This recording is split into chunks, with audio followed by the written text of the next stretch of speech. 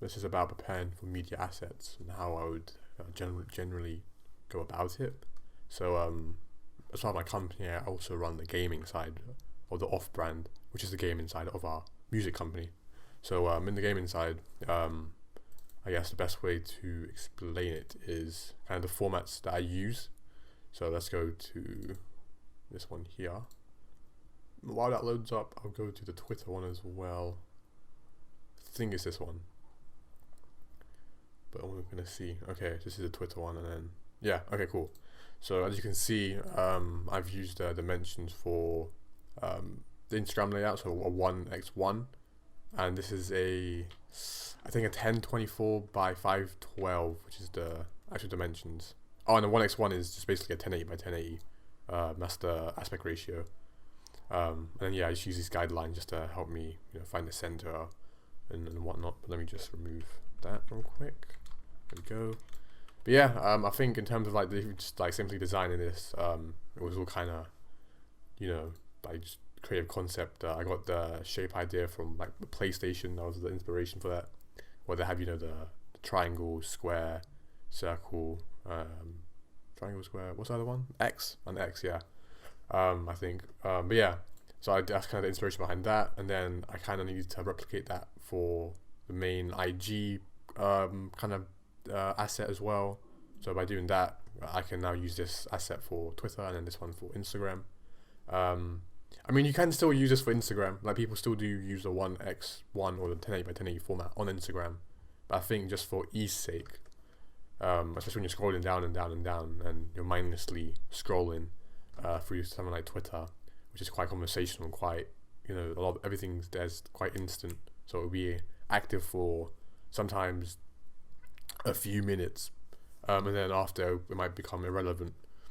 So I think just making a format where everything's readable is better, rather than just posting up a 1x1 or 1080 by 1080 and then all you see is the main image or just the text. So yeah, that's the reason why we use the different formats for this. This is kind of more for making assets that are the same but in different different sizes and whatnot. So let me just quickly, so that was the gaming side. And then if I go to additional tasks, I think it is, let me look for it, should be this, where this was a campaign kind of thing that I individually created and pushed out onto our platforms, IG. This is specifically an IG push. Does that make sense? It was only for Instagram compared to just Instagram, Twitter, TikTok, and everything. Just because I think it was more time wise. But yeah, so I guess firstly, so it's a tournament bracket. So you have your 1, 2, 3, 4, 5, 6, 8 by 8, so 16 competitors, if you will, and then it's on knockout stages. So this artist, and then whoever comes out on top, you just battle it out consistently. And I think this was over a period of a week, because obviously 8 artists, and then 1, 2, 3, 4, 5, 6, 7, so 7 days. This makes sense. And then yeah, for this was so if I did this is the template I went on. This is kind of what was meant to happen. So you'd have the who went harder, the Instagram sticker feature or the polls. So I did this as a template just for me to see how it would look. And then this is the main asset that I obviously came about of it. And yeah, this is just another thing where it's the same it's not the same asset, but it's the same. So it's the same. It's a campaign with different assets in different formats. So this is in the 1x1 or 1080 by 1080, and this is in by the 9 by 16, which is the 1080 by 1920. But yeah, that's the main in terms of preparing for media assets and stuff like that. And then generally where I get a lot of my media assets and whatnot is is if I go to places like Unsplash. This is a place where you can get copyright free, freely usable images. So if I wanted let's say texture, you have these different kinds of textures and whatnot, and you can manipulate them how you will. Like a paper texture here, I do use the paper texture quite a lot in my work, because that's kind of the theme I kind of like to incorporate in my designs.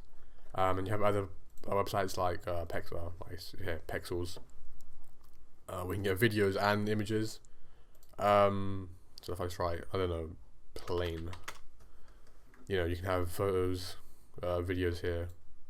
So yeah, photos, and then just things like that. And then if you wanted sounds, which from time to time I do use, go to a website called, I think it's called Free Sounds. Let's just load this up. So yeah, you can have a bunch of these free sounds, and then for like Creative Commons and whatnot, you'd have these like the licensing options. So this is public domain, because they're both the same icon. This one's a attribution license and whatnot, but yeah, it's just quite quick and easy just to see.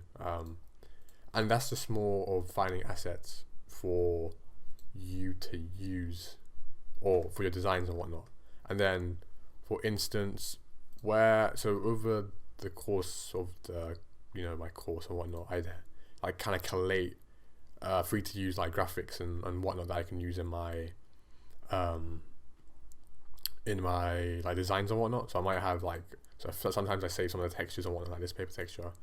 I think most of these are from Pexels. Like we saw this one on Unsplash, I think, or Pexels. I'm not too sure, but yeah, unsplash.jpg, so Unsplash. And then you have all these different ones like the torn paper like effect. So the ripped edges, I use these. I've used this quite from time to time. Sorry.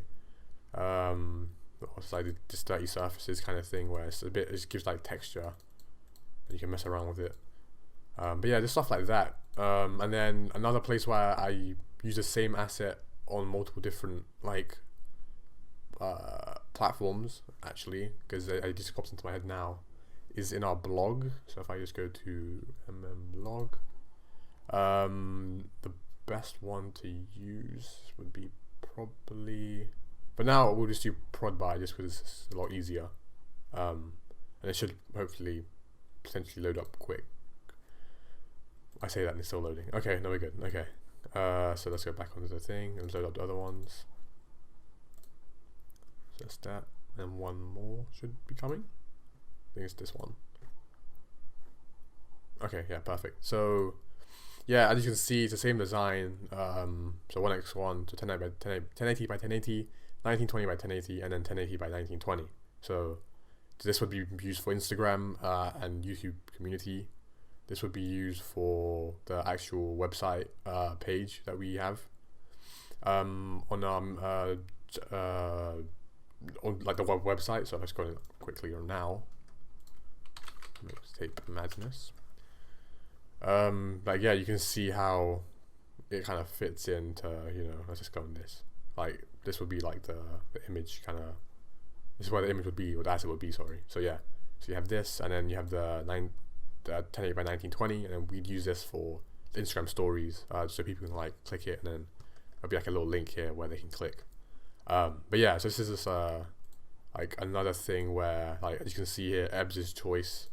It's a lot easier to do on the 1080 by 1920 and 1080 by 1080, just because really and truly it's just, it kind of fits that similar like 1080 by 1080 dimension. Sorry, so the height and width.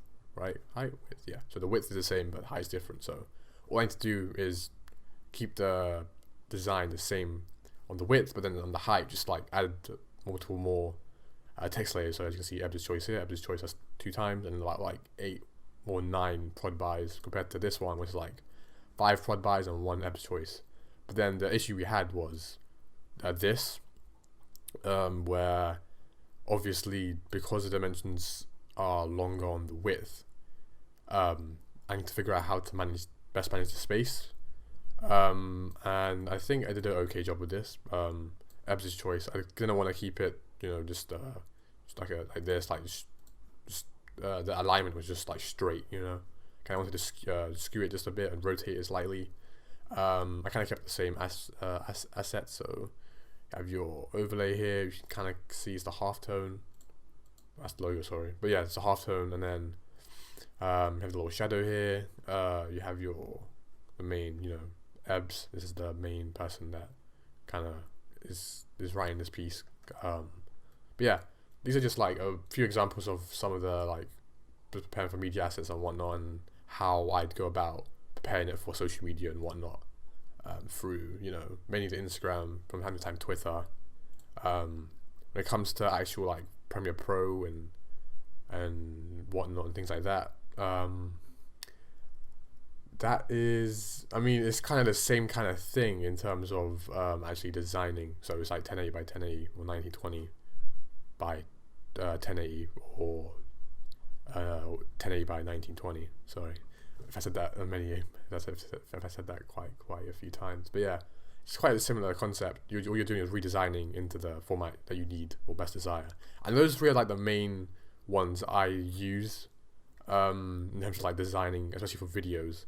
Just because if I go for a Twitter design, it's a bit more difficult because of the aspect ratio. So I just stick with the 1080 by 1080 aspect ratio, just because it fits and works quite decently.